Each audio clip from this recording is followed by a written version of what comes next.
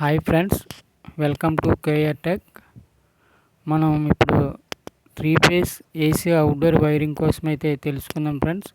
Wiring and complaint వస్తే ఏ విధంగా rectify చేయాలనేది కూడా తెలుసుకుందాం ఫ్రెండ్స్. ఈ వీడియోలో మనం అవుట్డోర్ ఓపెన్ చేసిన వెంటనే ఈ విధంగా వైరింగ్ అయితే ఉంటుంది ఫ్రెండ్స్. ఇది కాంటాక్టు, ఇది ప్రివెంటరు. 3 ఫేజ్ను ఒక 3 ఫేజ్లో ఏ ఫేజ్ రాకపోయినా ఈ సింగిల్ ప్రివెంటర్ అనేది ఆన్ అవుతుంది ఫ్రెండ్స్. ఇది కంప్రెసర్ అండ్ ఫ్యాన్. ఇది ఎంసీబీ మనం ఆన్ చేసిన వెంటనే ఈ కనెక్టర్ దగ్గర వైర్లు అయితే ఇక్కడికి 3 ఫేజ్ సప్లై అనేది వస్తుంది ఫ్రెండ్స్. మనం ఇక్కడి నుంచి కాంటాక్ట్కి ఆర్ఓబి 3 ఫేజ్ ఈ విధంగా పైన ఇక్కడ కనెక్ట్ చేసుకోవాలి ఫ్రెండ్స్. అలా కింద మనం కంప్రెసర్కి ఇవ్వాలి. ఈ విధంగా ఒక ఫేజ్ ఏమో ఫ్యాన్ మోటార్కి ఇవ్వాలి. ఎందుకంటే ఈ కాంటాక్ట్ ఆన్ అయినప్పుడు కంప్రెసర్ అనేది ఫ్యాన్ అనేది ఒకేసారి ఆన్ అవ్వడానికి మనం ఈ ఫేజ్ అనేది ఫ్యాన్ మోటార్కి ఇచ్చాం ఫ్రెండ్స్.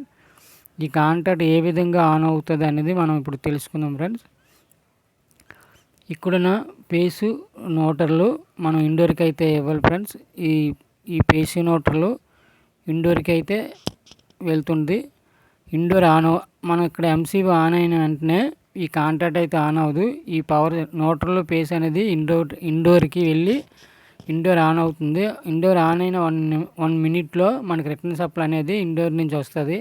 ఆ రిటర్న్ సప్లై అనేది ఇది ఈ కలర్ వైర్. ఈ వైర్ అనేది ఎల్పి స్విచ్. ఈ ఎల్పి స్విచ్ లో pressure switch, high pressure switch HP. దీనికి ఇండోర్ రిటర్న్ సప్లై అనేది ఇక్కడ ఇచ్చి దీని నుంచి హై ప్రెషర్ స్విచ్కి ఇవ్వాలి. లో ప్రెషర్ స్విచ్ నుంచి హై ప్రెషర్కి ఇచ్చి సిరీస్లో వెళ్తుంటుంది. ఇది ఈ హై ప్రెషర్ స్విచ్ నుంచి నేరుగా తీసుకొచ్చి ప్రివెంటర్కి ఇవ్వాలి. ఈ ప్రివెంటర్ నుంచి వచ్చి A1కి మనం ఇక్కడ ఈ విధంగా ఇవ్వాలి. A2కి నోటర్లో కంటిన్యూగా డైరెక్ట్గా ఇక్కడ అయితే కనెక్ట్ చేయాలి. A1 అది ఎందుకంటే ఇక్కడ ఇవ్వాలి. డైరెక్టర్ పేస్ ఇక్కడ కనెక్ట్ చేస్తే మనం ఎంసీబీ ఆన్ చేసిన వెంటనే కాంటాక్ట్ ఆన్ అయిపోయి కంప్రెసర్ కూడా ఆన్ అయిపోద్ది ఇండోర్ ఆన్ అవ్వకముందు. అందుకే ఇప్పుడు కూడా ఈ A1 దగ్గర డైరెక్ట్గా మనం పేస్ అనేది ఇవ్వకూడదు. ఇండోర్ నుంచి మనకి పవర్ సప్లై అనేది రిటర్న్ పవర్ వచ్చి ఇండోర్ ఆన్ అయ్యి రిటర్న్ పవర్ సప్లై వచ్చి ఈ విధంగా అయితే మనకి ఇలాగా ఈ విధంగా వైరింగ్ ఉంటుంది లోపల.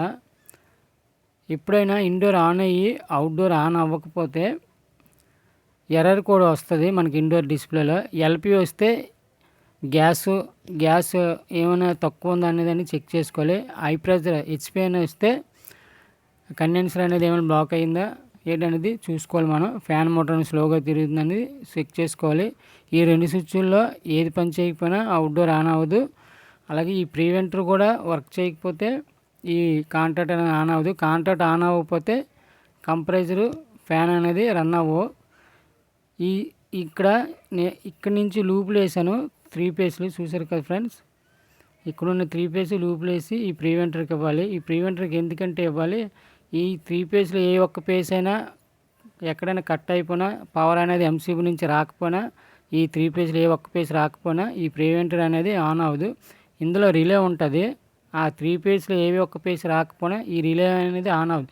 రిలే అనేది ఆన్ అవ్వకపోతే ఇక్కడ రిటర్న్ పవర్ అనే సప్లై అనేది ఈ కాంటాక్ట్కి వెళ్ళనివ్వదు, ఇవ్వకన్నా ఆపేస్తుంది. 2 ఫేజ్ ఒకవేళ ఈ ప్రివెంటర్ లేకపోతే 2 ఫేజ్ మీద రన్ అయ్యి కంప్రెసర్ కాలిపోయే అవకాశాలు ఉంటాయి. కాబట్టి ఈ ప్రివెంటర్ వేసుకోవాలి కంపల్సరీగా. అవుట్డోర్లో ఈ ప్రివెంటర్ అనేది కంపల్సరీగా ఇస్తాడు కంపెనీ వాళ్ళు. దీని పని అది 3 ఫేజ్ కోసం అనమాట. 3 ఫేజ్లో ఏ ఒక్క ఫేజ్ రాకపోయినా ఇది అనేది మనకి కాంటాక్ట్ ఆన్ అవ్వకుండా కంప్రెసర్ ఫ్యాన్ అనేది రన్ అవ్వదు. ఓకే ఫ్రెండ్స్, వైరింగ్ అయితే ఈ విధంగా ఉంది. మీరు ఈ ఇమేజ్ స్క్రీన్ షాట్ తీసుకున్నా సరే డైరెక్ట్గా వైరింగ్ ఏమైనా కన్ఫ్యూజ్గా ఉంటే ఇది ఈ విధంగా చూసి మీరు అవుట్డోర్లో వర్క్ చేయొచ్చు. సింపుల్గా ఉంటుంది ఫ్రెండ్స్. ఇది ఫ్రెండ్స్. ఓకే ఫ్రెండ్స్, అర్థమైందని అనుకుంటున్నాను friends. Okay friends, thank you. నచ్చితే లైక్ చేసి సబ్స్క్రైబ్ చేయండి ఫ్రెండ్స్, షేర్ చేయండి ఫ్రెండ్స్.